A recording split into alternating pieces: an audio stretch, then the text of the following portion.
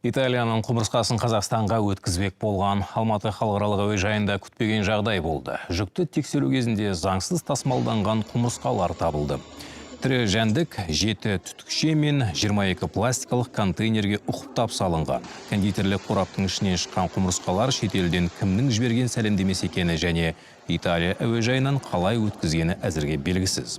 Тасымалдау бойынша ешқандай құжаты жоқ, аталған дерек бойынша материалдар процесстік шешім қабылдау үшін уәкілетті мемлекеттік органға жіберілді.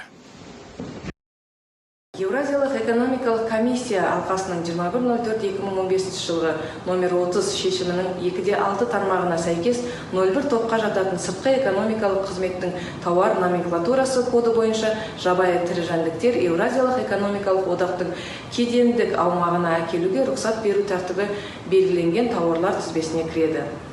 Осылайша, рұқсат құжаттарынсыз тірі жәндіктерді Қазақстан Республикасының аумағына заңсыз әкелу әрекеті тоқтатылды.